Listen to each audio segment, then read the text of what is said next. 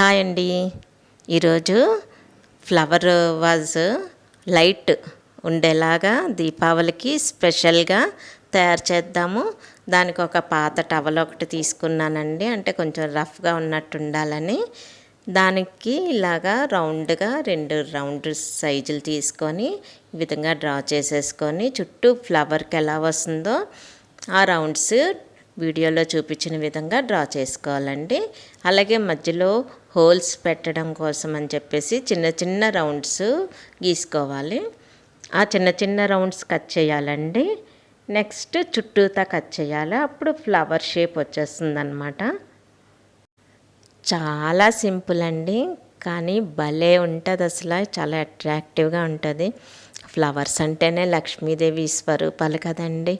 అందులో flower light తయారు చేయడం అంటే ఇంకా అద్భుతంగా అనిపిస్తుంది. లక్ష్మీ కటాక్షం కలిగినట్టే అనిపిస్తుంది. తప్పకుండా ట్రై చేయండి ఫ్రెండ్స్. ఇంతవరకు నా ఛానల్ని ఎవరైనా సబ్స్క్రైబ్ చేసుకోకపోతే సబ్స్క్రైబ్ చేసుకోవచ్చు కదా కొంచెం. అలాగే నచ్చితే లైక్ చేయండి. అలాగే ఎవరికైనా ఉపయోగపడతాయి ఇలాంటివి ఇంట్రెస్ట్ వాళ్ళకంటే వాళ్ళకి పంపించండి. చూసారు కదా ఫ్లవర్ భలే వచ్చింది కదా. అలా కట్ చేసేసుకున్నాక ఒక బౌల్ తీసుకోండి. ఆ బౌల్లోని ఇది వైట్ సిమెంట్ అండి. వైట్ సిమెంట్ 5 టేబుల్ స్పూన్స్ తీసుకుంటున్నానండి. మనము ఎంత సైజ్ చేస్తున్నాం అన్న దాన్ని బట్టి కూడా ఇది తీసుకోవచ్చు. దాన్ని ఏంటంటే వాటర్ తోటి స్పూన్ పెట్టి కలిపేస్తున్నాను. ఇలాగా చూసారా, ఇలా పాకం వచ్చినట్టుగా కలిపేసుకోవాలి. కలిపేసి ఒక పక్కన పెట్టండి. ఒక వేస్ట్ క్లాత్ తీసుకోండి. దానిపైన 2 ప్లాస్టిక్ గ్లాసులు పెట్టండి. దానిపైన ఆయిల్ అప్లై చేయండి సుమి. ఆయిల్ అప్లై చేస్తే మీకు ఆరిపోయిన తర్వాత ఫ్రీగా వచ్చేస్తుంది, లేదంటే కొంచెం కష్టంగా వస్తుంది అంతే. ఇప్పుడు ఆ సిమెంట్లోని ఈ క్లాత్ ముంచేసి దానిపైన గ్లాస్ పైన ఇలాగా పెట్టేసేయాలండి. పెట్టేసిన తర్వాత కొంచెం నీట్గా అరేంజ్ చేయాలి. సిమెంట్ క్లాత్ అంతా పట్టేలా చూసుకోండి, ఎక్కడ బొల్లు లేకుండా పట్టాలి.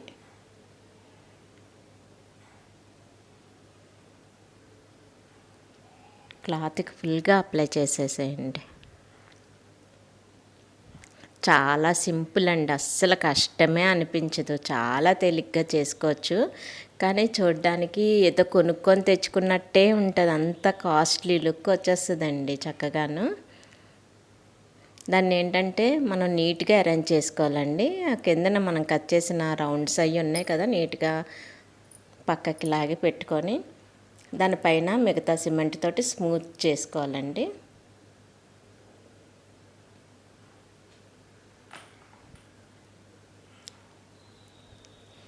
దాన్ని తీసి క్లాత్ మీద అంటే అటు ఇటు తిప్పడం అవ్వదు కదా, ఇలాగ అట్టపెట్టి మీద పెట్టాను. కాస్త ఆరిపోయింది.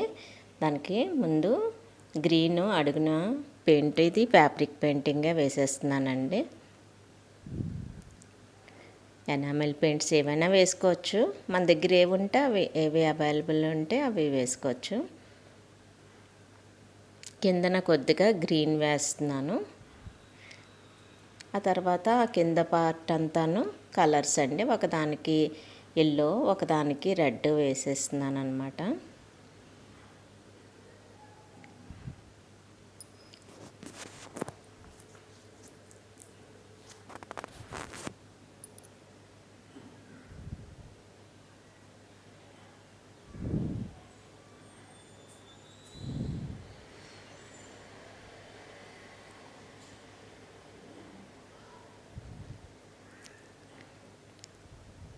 చూసారు కదా, ఎల్లో రెడ్ 2 వేసాను. కాస్త ఆరనివ్వండి. ఆరనిచ్చిన తర్వాత దాన్ని వెనక్కి తిప్పేసి ఆ గ్లాస్ కూడా తీసేయండి. చూసారు ఎంత చక్కగా వచ్చేసిందో.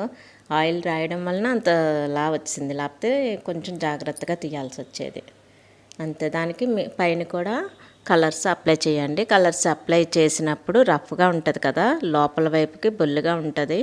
ఆ బొల్లు అలా వదిలేస్తేనే షేడ్ బాగుంటుందండి. వైట్ షేడ్ కూడా కనిపిస్తుండాలి. పూర్తిగా ఎల్లో వేస్తే అంత లుక్ ఉండదు అనమాట. ఫ్లవరు చాలా అట్రాక్టివ్గా కనిపిస్తుంది ఆ వైట్ బొల్లు లైట్గా వదిలేస్తూ పెయింటింగ్ చేయడం వల్ల. రెండు వైపులకి రెడ్ దానికి రెడ్ కలరు, ఎల్లో ఫ్లవర్కి ఎల్లో కలరు వేసేసేయడమేనండి.